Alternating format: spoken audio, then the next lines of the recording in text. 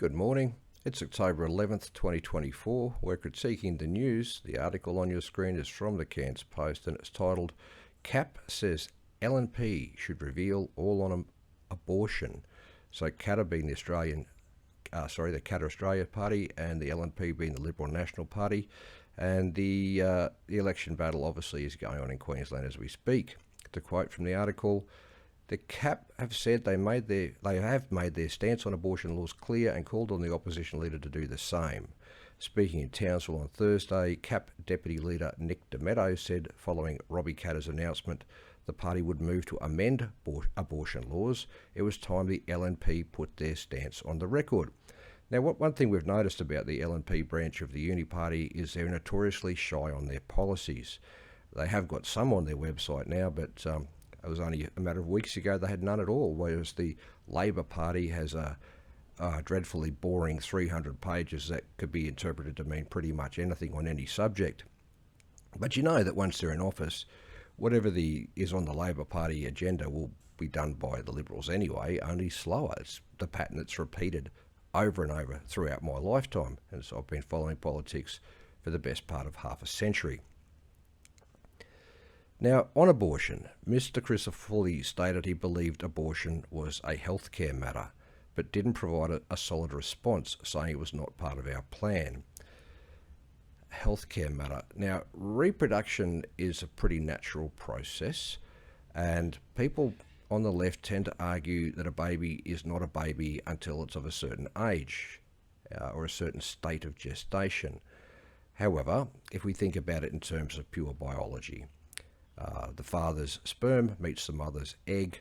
There's a little explosion of light, which has been revealed under microscopy, and a new being comes into existence. The two chromosomes, the one provided by each parent, merge, and the two chromosome strands merge, and the mother has donated two X strands. The father has donated either two X or an X and a Y, and a child is conceived. It's either a boy or a girl. It has unique features in that coding.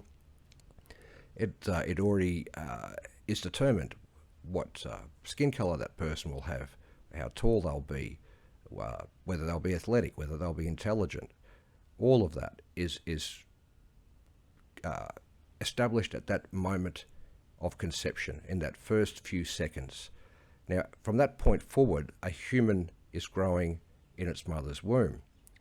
And some on the left will argue that, yes, but the child can't survive outside the mother, so therefore it's not a real person. If you take a leftist out of a modern society and drop them in a forest, an abundant forest, plenty of animals, plenty of water, plenty of food, they will die because they've been put outside their support networks. Does that mean they're not a person? Because they don't have the physical abilities or skills or knowledge to survive on their own in the natural habitat of humans, an abundant forest? Well, the logic applies both ways. If the baby is not a human because it can't survive outside the mother, then the socialist is not a human because it can't survive outside the modern society. Now, the question here is not whether, a victim of incest or gang rape or something like that should be able to abort a fetus in the very, very early stages of development. It's about the Queensland Labor Party's law that allows a baby who has been born alive, instead of properly killed in the womb as part of an abortion process, to die on a bench.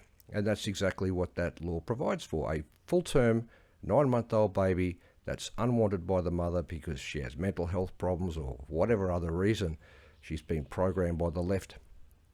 That child can be just left to die.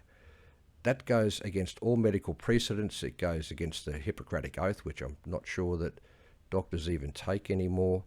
And it's negligence that leads to homicide, in effect. And there's no other way to argue that. Now, why would the Labor Party have introduced that law in the first place? What you've got to understand in this battle for society, in this this battle for humanity and this battle for freedom and love and choice and prosperity is that the enemy, the people that we're fighting against here, are Luciferians.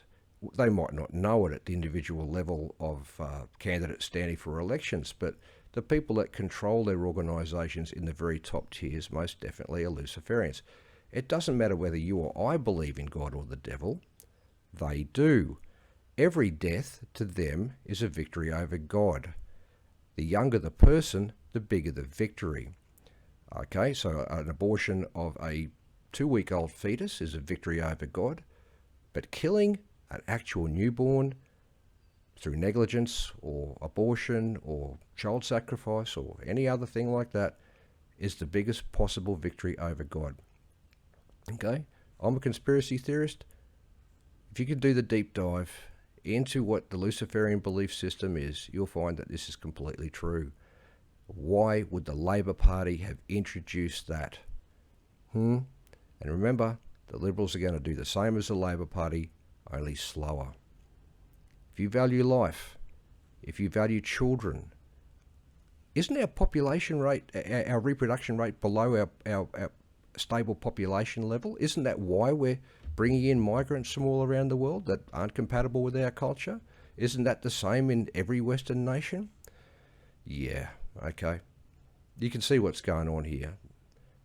They hate white people.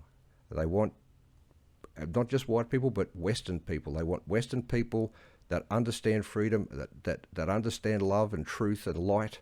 They want them gone for their dark future that they envisage. That's the Luciferian way.